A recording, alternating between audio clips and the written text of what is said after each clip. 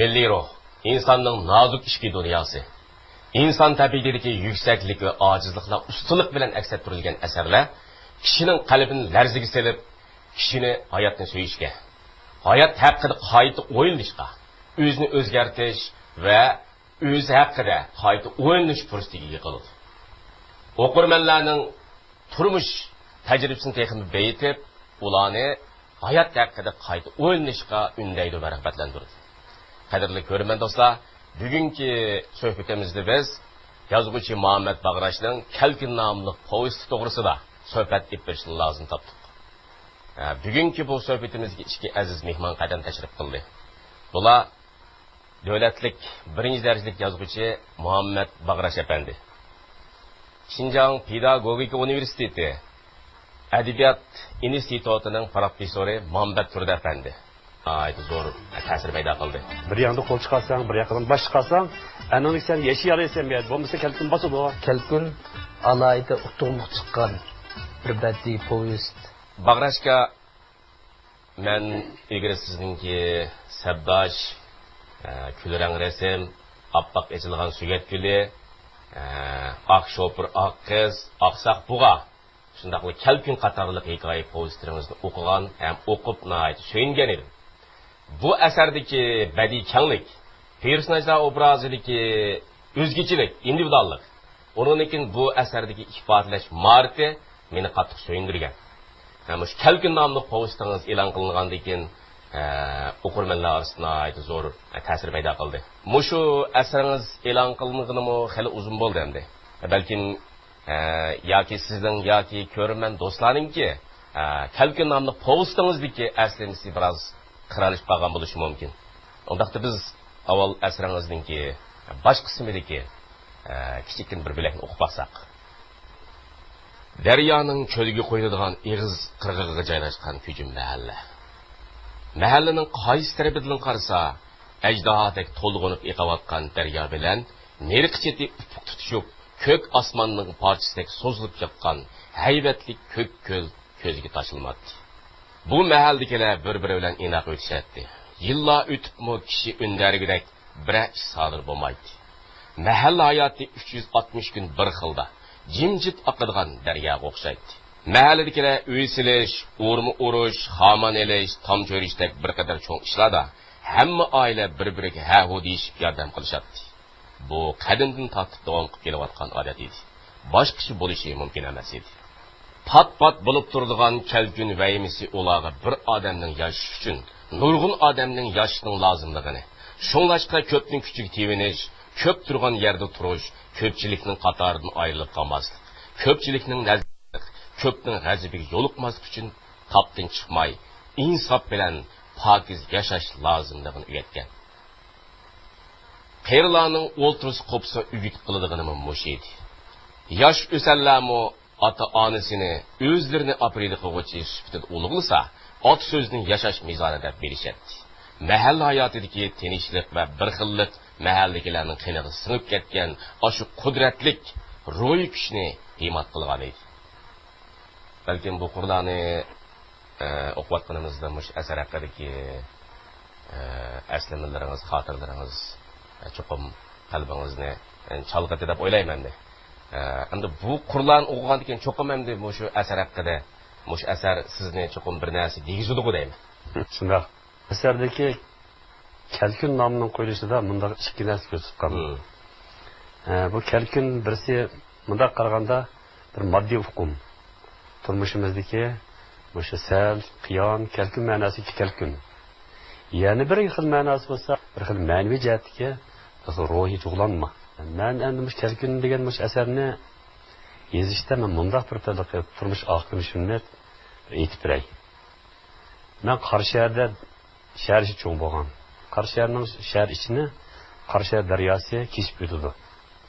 Bu daryo nayt azim daryo, nayt cho'ng daryo. Endi men tug'ilib o'ssam, bizning Qarshiyar bir vahim bor ekanda. Nim vahima desa, 6-7 yoshga kelgandan keyin qorlar erib, suv ulg'aygandan keyin daryo tishib boshlaydi. Shuning uchun cho'nglar kechkunduz shu g'amda yashaydi. Mahalla, idora jamiyatlar kecha kunduz daryo qashlashdan iborat safarbarlik amgakka safarbar qilindi. Demak, bu kalkun eni bizning kallamizga singib ketgan. Bu endi bu kishilarni inoqlashtiradigan, ittifoqlashtiradigan, hayotiy irodasini kuchaytiradigan bir tabiiy kuchda, bir kuch endi. Bir uyutquda bir yoqdan qo'l chiqarsang, bir yoqdan bosh chiqarsang, anani sen yashay olasan bu yerda. Bo'lmasa kalkun bosadi. Yani bu an kişiler tabiiy holda o'zaro bir xil qavm engini, top engini shakllantirgandan kuchli qudratli. Mushuning o'zi kishilarning kunlik turmushiga, kunlik tafakkuriga, kunlik hayotiy qarashlarga har minut ta'sir turgan bir qudratli ro'y kuchganligidir. Mush yillardan biri bizda ma'naviyatdagi, ichirqash, ma'naviyat qurg'oqchilik, ma'naviyat ochliq, yatlishish, o'zaro yatlishish, odamlar o'zaro yatlishishlarmish pulning, e'tiqodning, nuqtasini ko'chishi bilan ilgari odamlar ma'naviyatga e'tiqodda mahkam aqida bog'langan bo'lsa, keyingi kunlarda bu yo'tkilib pulga, moddaga, narsa va kerakka diqqatini biladigan, shuning uchun ham boshqa turadigan, shuning uchun hammasi qurbon qiladigan bunday bir holat shakllanib, umumiy ijtimoiy kayfiyat qaynab ketdi. Mana bu o'zi amaliyotda haliq dastlab shakllangan haliq ongdan bular parchalanib yakka bir xil. Yakka bir odamning manfaati bilan haliqdek o'rtaq oldi o'ylash emas, yakka parchalanishda bu. Parchalanish bu shaklda hayot shakli bunda bir formada yo'q qoldi-da, shunda bir forma yarilib qoldi. Mushuning o'zini men o'ylab men endi bir xil ma'naviyatdagi yimirilish deb tushundim. Ro'y yimirilish deb tushundim. An'anaviy bir millatni tutib turgan, yoki mahallani junqirib turgan bir ulug' ro'y qushning yimirilishi. Qattiq tarix chekinish deb his qildim bu. Men buni ifodalash uchun ma'lum jihatda bir yuksakroq bir ma'naviy kuch deb chiqar ekan. Bu kuch nima edi? Deb kalkun eni. Kalkun eni nimadan derak berdi bo'lsa, kalkun eni ittifoqlikdan, yaxshilikdan, hamdamlikdan, tarixdan bir dam qo'yotgan an'anaviy sodiq turishdan o'shundan derak berdi. Deb mush kalkun degan temani tanlab oldim. Amaliyotda men da'vatgan kalkun hech qachon chin ma'nodagi, moddiy ma'nodagi kalkun bo'lmasdan, simvolik ma'nodagi, ma'naviyatdagi ruhiy qiyonda. Hozir mushundaq bir sharoitda biz qandoq olib tushdik? Bu qandoq holda, qandoq bir muhitda, qandoq ruh bizni himmat bo'la oladi. Qandoq bizni qutqiza oladi. Da avlodlarni, kelgusi avlodlarni qandoq ruh bilan yo'laganda, ular haliqidek boylikqa, haliqidek manfaatlarga to'g'ri muomala qiladi. Ilgirki mahallamizdagi an'anaviy, haliq bir xil turmush qarash formasi bilan, on bilan muomala qiladigan odamlar aynala oladi va shuni saqlab qoladi degan narsa inqilobda shakllangan. Bu asarda bitirib qilmay o'tirib atmosh bo'lgan fikrim to'g'ri mana shu masala. Povestingizning shu kalkun nomi atilishidami muayyan turmush orq ko'rinishi bor ekanda. Bu asarda deyilayotganda masalan hodiy qatorliq turkum odamlarning qilmas o'rnida kalkun bostirib ketishini o'zi mohiyatda bizning shu milliy ong, bizning milliy axloq tushunchimiz, turmush mezonimiz eng oxiri bu rajillikning ustiga g'olib keladi, oxiri bosdi. Şu aman tarixda bizni saqlab qolgan narsa, shu men shuni saqlab qoldi degan bunday bir ideyani asirish. Manbatga siz mush asar haqida bir maqola e'lon qilgandingiz. Qandaqda mushu kalkun nomli asar Muhammad Bag'rashninki ijodiyatida qanday salmoqni egallaydi? Bag'rashning o'zining asarlari bilan shu kalkunni silishtirgan vaqtidimi yoki butun shu 90-yillardagi Uyg'ur povestchiligi bilan silishtirgandimi? Kalkun alayda utuqliq chiqqan bir badiiy povest deb qarayman. Bu kalkun nurg'un jihatlarda shu Uyg'ur adabiyotida texi ichilmagan, lekin cho'qim yozilmasa bo'lmaydigan ba'zi bir badiiy jihatdagi bir cho'ng bo'sish xarakterlik milliy an'anani, yildizni qaytadan badiiy jihatdan bizning o'qirmanlarimizga qaytadan bir to'nitgan asar deb qarayman. Mayli ijtimoiy masalani qo'zg'ash yoki ifodalash usullari jihatda bo'lsin, Uyg'ur adabiy 90-yillardagi ijodiyat, yozma adabiyotimizdagi yana bir bo'sh xarakterlik asilat ekegan asar deb qarashimning sababi shular. Falsafiy qimmatini nima deb qarash kerak? Mush gapnimi? Xalqlar demagan siyaqtiroq deb baqsam mumkin. ikkinchi bir kalkunni ko'rdim. Anda bo'lsa Bag'rashga mushu Kalkun nomli povestninki badiiy falsafiy qimmatini nima deb qarash kerak? Men ko'proq izlandiganim birisi mushu xalqlar ya boshqalar demegan gapni deb baqsam degan. Yana birisi mush gapni xalqlar demagan siyaqtiroq deb baqsam degan. Agar men olaylik bo'lsa, men izlandigan, qo'g'ilishgan, bir tashabbus qilgan bir badiiy tashabbus yoki yo'l bosib yotgan Kalkunning o'zi bir haqqoniyatning, go'zallikning, yoshlikning, mujassam, ism milliy ruhning jandisi, bir kuchi, qudratli kuchi bu. U Kalkun siyaqida kelib, belki razillikni, yomonlikni, nacharlikni, askilikni supurib tashladi yoki cho'ktirib o'tdi. Bu siyat natijasida nasl qilishlar deb tushunasiz. Manbatga sizningki shu Kalkun nomli povestga yozgan maqolangizda bu yerda deyilayotgan Kalkunni siz ro'yijat Kalkun deb o'tgansiz. Buni nima deb tushunish kerak? Amaliyotda buning yana bir tarafi bor. U nima tarafi deganda bizda qiz zamonaviylashish, taraqqiy qilish, moddiy ne'matlarga erishishdan boshqa yo'qotgan narsalar bor buning keynida. Lekin ashi yurtda, ashi mahallada, ashi qavmning orasida saqlab qolishga tegishli intayin esil narsalar bor. Endi buning tangpunligini bir yurt o'z oldiga saqlay olmaydi. Bir yurt amaliyotda shunday bir Kalkun kavatsa, ro'yijatdan o'zini qutqizib qola oladigan qudratga ega emas. Chunki kishilar tayyorliksiz, ro'yijatdan tayyorliksiz bu taraqqiyotlarga. Men kitobxon sifatida ikkinchi bir Kalkunni ko'rdim.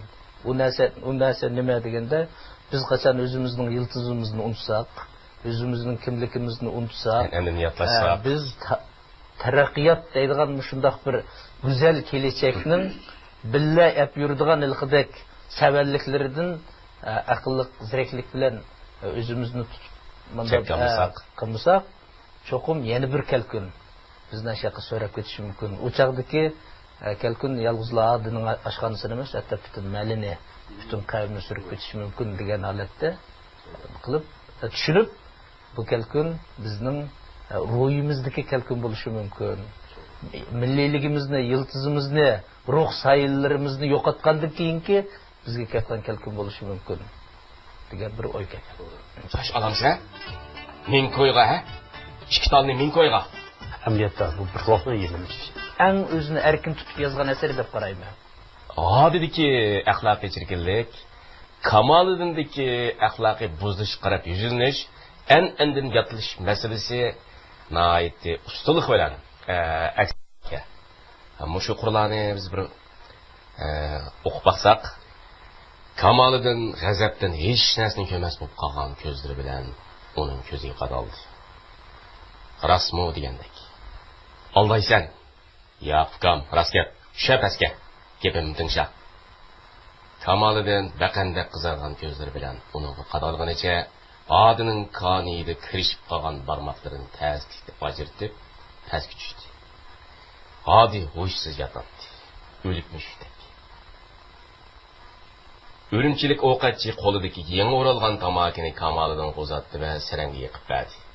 Kamoliddin tamakini jon-jahli bilan ichiga tortdi. Bir dilla uning beshi qiyib, o'zi o'ltirgan yeri bilan qo'shilib cho'glayotgandek tuyuldi va darrov tomiga yo'llanib oldi. Chika, tozi dam tortib bir nachin chekaversan, sal yeniklab qolasan. Ovqatchi hijoydi. Uying saqidek nima qoldi? Meni uqtiribdi. Ishqalini, motoni, eshak bilan harvini, yana 2 yildan buyon topgan pulning hammasini. Kamoliddinning yana besh tushib ketdi. Hech nima qolmadimi? Hech nima. Uning ovozi g'ayrat chiqib ketdi. U ko'zini yumib kulib o'tadi. Anglasam, xotinining chechi pek uzunmish-a? Kamoliddin beshini tasdiq ko'tarib, heliqi o'qatchiga urpaydi. Nima deysan? Ya xato shuni qilma. Men sana pulning o'rnini qilib beray deyman. Pul? Kamoliddinning boyaqi alpozi nalargadir yo'qolib, ovozi yumshab ketdi. Qop endi uyingga berib xotiningning chechini tövedin kesib kelgin. Ikkilisini bir teliga 500 qo'y berman. Men ketib olaman. Qopa, rast gapka. Rast. Chash olamsan? Men qo'yga, ha? Ikki talni men qo'yga. Bir chaqda ishchi jaloqlab uyga bir kirib keldi. Hammaylar ishchi tarafga qarashdi. Ishda Kamoliddin hijib qarab turadi. Top tumandan uning bosh ko'zlariga qarag'ili bo'lmaydi. U uy ichidagilarga bir-birlab qarab, kimnidir izladi va oldan supirib Urumchidan kelgan heliqi o'qachining oldiga kelib ijoydi. Aka, men qo'yni. O'qachi temirqab qoldi.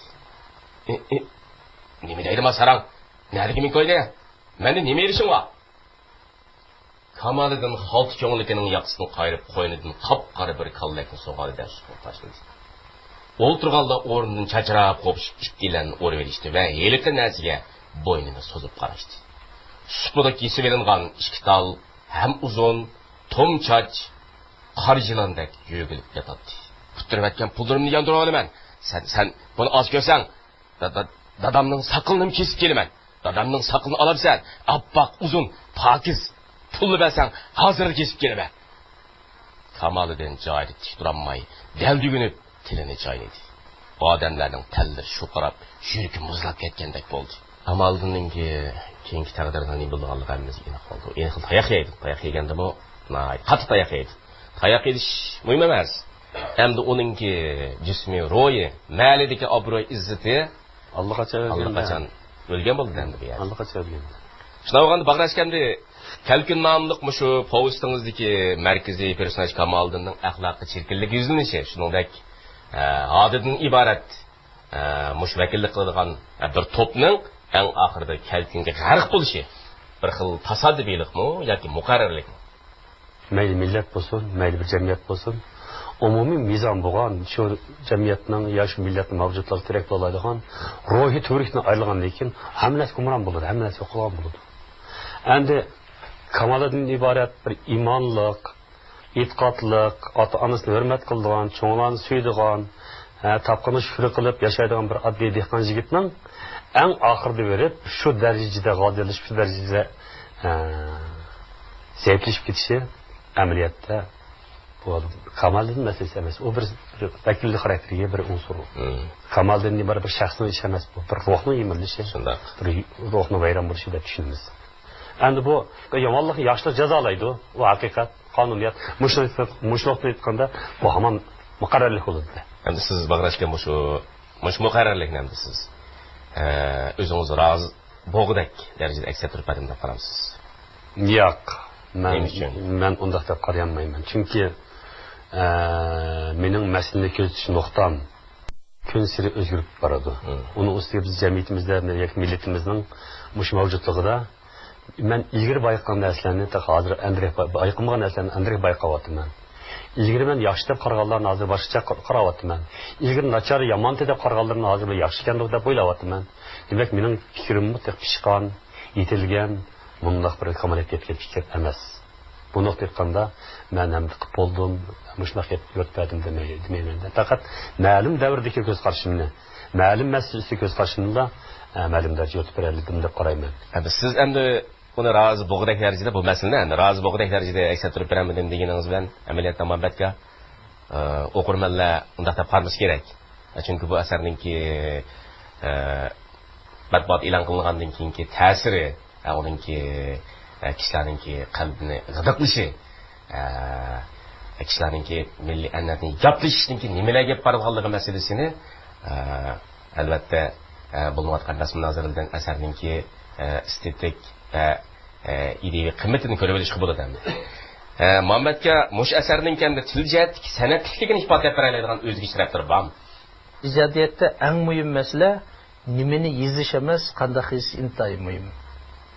Shunga men Kalkunni o'qigan vaqtida, andin maqol yozgan vaqtida bir so'zni ishlatgan. Bu odam mush povestida dak-tak degan shu sifatlash so'zlarini intayin talba qo'llangan. Bu yerda deyildi. Masalan, bu odam shu saray yoshlarining birinchi qitim usulga tushgan. Adının aşxanasida ашпызылда usulga tushgan ko'rinishini tasvirlab o'tib, ular chichang etishga boshladi. Xuddi yig'ildim qaçqan g'unijindek. Deb bu bolaning iliqidek sal kalampayroq, lekin erkin shu usul o'ynash olatini yig'ildim qaçqan g'unij usul o'ynagan bolalar va g'unijinlarga simbol qilindi. Endi Səhradakı tügüməgən parang. Şu koçuda oturub sözləşidik o, bu candan başlasa o candan çıxıb gedən parangla ba. Tügüməydigan paranglarını күнді қырып тұрса шығып тұрдыған сақалға ұқсайды. Бияда параң сақал білән таңдаштырылып атады. Әтті бұл интайын қызықарлық ері шәрлік оқатшының қара сомкасы ба мұшы орындықның пәс тәрпіде тұрды бұл сомка. Интайынстарлық пұлқашыланған. Мұшы сомканы Мекияндек. Әндін Камаледіннің бірінші қықтымы қомышлықның пұлға ярайдығалығын аңлығанды кенкі қошалығыны төт тішлік кебездің ингейшіде деген. Мәселен, Адамның қошалығыны еңідің гүл ашқан төт тішлік пақтының я кебездің ечілішіға. Бұныңдан Адам нәрсіге оқшылу атыды. Демек, Барашның кәлкін деген повестini көтіріп туған нәрсе ялғызлай іліқідек пәлсәпеби интайын чоң нәрсе әмәс, әші чоң нәрсіні тәсбірлеп атқандығы қолданған тіл, баян, ұсулы жеттік. Әндін bu adamni mushu kalkunni yozgan vaqtida eng o'zini erkin tutib yozgan asari deb qarayman. Nemishqa? Hech qanday zo'riqish yo'q. Chunki o'zining ma'lisi, o'zining odamlari bu muhit bu odamga intayin tonish. Hatto oqsoq bug'ga, yurak taqqa silishtirgandimi, o'zini eng erkin yozgan povest kalkun. Meningcha. Shunda tabiiy chiqqanda bu, buningda qandaqdir bir sunniy bir narsani yasab chiqaradigan ideya yo'q. Turmushning o'zidek oddiy jumlalar bilan Aşı kişilərinin xarakteriga və kayfiyyatiga mos keladigan o'xshatishlar bilan kalkunni yozib chiqqan. Demak, asarninki mushu san'atlik jihatdagi o'zgachalikni siz meningcha bir qancha nuqtadan isharatingiz va birisi buningki til masalasidan til qoldingiz. Keyin biz asardagi bayon mo'jizalarni nazarga oldingiz. Undan boshqa yana mushu asarning san'atligini özgüç sulup gavlandirib beradigan yana asarda yana boshqa detallar bormi? Bu post intayin aldırmagan bir xil ritm bilan boshlandi. Bir ma'lining ko'rinishini asta-asta tasvirlash orqali bu asarning ritmi tizlaydi. Tizlab kayni kelganda biz nafas olmay qoladigan darajaga boradi. Demek muşumu yazgıçının ijadiyetideki özünün yiziş ritmi, özünün hissiyatına, özünün sözleş adetiga sadık bolgan, özünü intayin erkin tutkan aletde payda bolduğan nese. Eğer zorukup qandaqtı bir neslerini qoraştırılgan bolup qalsa, eserinin ritmi bundak tabii çıkması mümkün dep qarayman. Qarang'uliqni bayqaydi ekanmiz endi. Yo'qolish yuzlanganli bo'lsa bu haqiqat. Kelgusida keladigan kalkun bo'lishi mumkin-da. Bag'rash aka, sizning kalkun nomli postingizda xuddi ilgarigi bir qism asarlaringizdagi ideologiya masalasi bilan odamlarningki taqdir masalasi chambarchas bog'lanib ketgan. Siz bu yerda ko'z tutgan sabab natija munosabatini qanday tushunish kerak? Bir odamning, bir millatning yoki bir qavmning, bir odamning biznes xarakteri, hayot qarashini shakllanishda jo'g'rofiy muhitning, ekologiyaning ta'siri cho'ng deb qarayman. Biz odatda ko'p bolada o'zimizning tabiat tabiat ekanligimizni o'zimiz deb yurmaymiz, his qilolmaymiz g'oyada. Lekin bizning har bir qilayotgan ishimiz amniyat tabiatning qonuniy bo'ladi, nazariyatda ishlab qaraymiz. Amniyatni ham shundoq. Demak, sening pozitsiyasan taqqa qanday pozitsiya tutgan bo'lsang, baqqa qanday pozitsiya tutgan bo'lsang, gulga qanday pozitsiya, suv qanday pozitsiya tutgan bo'lsang, sen hayotni o'zingni jamiyatni ishlab pozitsiya. Demak, mush muhit, ekologiyalik mush onun qoldirgan ta'sir amniyatda uning ijtimoiy faoliyatini, uning harakatini, uning ijtimoiyatga bo'lgan pozitsiya munosabatini belgilab beradi. Shuning uchun bizning ongsiz ravishda sodir qilgan xatoliklarimiz, tabiat oldi o'tgan gunohlarimiz, jinoyatlarimiz hammasi amaliyotda o'zimiz qilayotgan, o'zimiz tutgan pozitsiya. O'zimizni kelgusiga, avlodimizni kelgusiga tutgan pozitsiyada. Biz tabiatni hurmat qilsak, ekologiyani suysak, shuni qo'g'disak ve onu aysa qadrlasak, o çağda insanın hamma amgini, yaratışlarını qadrlaysan, insanı qadrlaysan, Ertesini qadrlaysan, bugunni qadrlaysan, avlodini qadrlaysan, ajdodini qadrlaysan. Shundan millatning taqdiri bo'lsin, bir inson taqdiri bo'lsin, ekologik muhit tutgan pozitsiya, amniyat shu odamning tarixga, o'zining ajdodiga, o'zining kelgusiga tutgan pozitsiya deb qarayman. Shu asarda yana Kamoliddinning ayni vaqtda Jamoliddin Boy dadasining oldida qanday g'alat deydi. Dadasi tipi qilib qarayanmaydi. Shundaq-ku? Shundaq. Hatta akıllarininki ma'z qilashlarini, oyoqlarini, kiyimlarini akıllar as kiydigan, cho'nglarni gapini chiqarmaydigan, tillarga otini shundaq hurmatlaydigan, ma'lik cho'nglarni hurmatlaydigan mushuna bir navqiron mushuna bir esi tazak bir yigitdan kim bu pul topgandan keyin pul tepib, ariq ichib, qimor o'ynagandan keyin bu boshqa bir odamga aynib ketadi bu. Mushunda qarag'andan boy degan mushu ajdod avlod munosabatidagi mushu to'qinish mushu yimirlash mushu asarda markaz nuqta. Markaz nuqta shu. Biz an'ana ko'z tutganda oldi bilan an'ana degan bir abstrakt bir hukmni akirga olmaydi. Shu qiyarning o'zi, bovoyning o'zi, yashanganlarning o'zi, qo'llarning o'zi an'ana. Shundaq. An'ana. Yana kelib, avvallik Tillaxon bovoy degan o'zi shu ma'rda eng hurmatli, eng bilimli bir taqvodor odamda. U odam oxirida shu o'shkilsini saqon tutganda saqon tutib aroq ichib biray maraqcha bu endi bu anaqa bajarada shunday yemirlishda tartibiz yemirlish qumroq bo'lishda muallimni haqoratlishi shunaqa demak an'anadan milliy xalqni o'ziga yasqalsa qanday qalay ofatlarni turadigan yigirdi qiladi hayotdan iymondan e'tiqoddan ayrilsang masalan oqibatdan nima bo'ldi degan gap. Undaqda manbatda mush asarni umum ro'yidan qarasak, mushu moddiy maishatga talpinishning kayniga yo'shirgan bir qarang'ulikni bayqaydi ekanmiz endi. Yozuvchi mush masalani cho'qim deb berish kerakmi bizga? Endi mushu kalkindan ko'rinib turdi. Biz cho'qim taraq qilishimiz kerak, moddiylashishimiz kerak, shaharlashishimiz kerak, nurg'un bozorlarimiz, oshpazxonalarimiz qurilish kerak. Hatto oshxonaga kirmaydigan odat yaqinqi yillargacha bor. Ba'zi chet yaqin joylarda oshxonaga kirib tomoq yeyishni nomus qiladigan, unda psixika bo'lgan. Lekin odining oshpazxonasi cho'qim ammiyaga yeyiladi, ammiyada ichiladi. Odining oshpazxonalarida iliqidek sharob, o'yin, har xil tomosha bo'ladi. Chunki pul tepish kerak. Unda qo'shimcha tijoratlarni qo'shmasa, boy bo'lolmaydi. Endi bu odining oshpazxonasi bu simvollik narsa. Bu bir sirtdan kirayotgan bir yangilik, qashi mahalliga kirayotgan bir yangi alat. Endi mushundaq narsalar bizning turmushida buningdan keyin davomli bo'ladi. Endi mushlarga bizning yoshlarimiz qanday muomala qilyotdi? Aqli jihatdan, issi jihatdan biz hadi buni qanday qilishimiz kerak deganni iqtisodshunoslar iqtisodiy nuqtadan, madaniyatshunoslar madaniylik nuqtasidan, yozuvchilar o'zining adabiyot nuqtasidan javob beradigan ketganda. Şuna Bağraş Efendimizning 90-yillarda biz va kelgusida kelmoqchi bo'lgan xirislarni oldin bayqab, oldin asrida tasvirligiga mayran. Bu kelkun o'tib ketgan kelkun emas. Balki bu kelgusida keladigan kelkun bo'lishi mumkin-da. Yozuvchimiz o'zining ijodiy orqali o'zining shu Bağraş ko'li bo'yidagi atrofdagi odamlarga, o'zining o'zgarib ketgan sahrodagi do'stlariga bo'lgan o'zining iç ağrıtışını, bir xil qayg'usini, ularning kelgusi taqdirga bo'lgan bir xil muңлуq sadosini mush kelkin orqali yetkazgan deb qarayman. Qadrli ko'rman do'stlar. Yaxshi kitob ro'y angishlar. Yaxshi kitob bizni o'zimiz kutmagan nurg'un ro'yi naflarga erishtirishi mumkin. Bugungi programmamiz mishad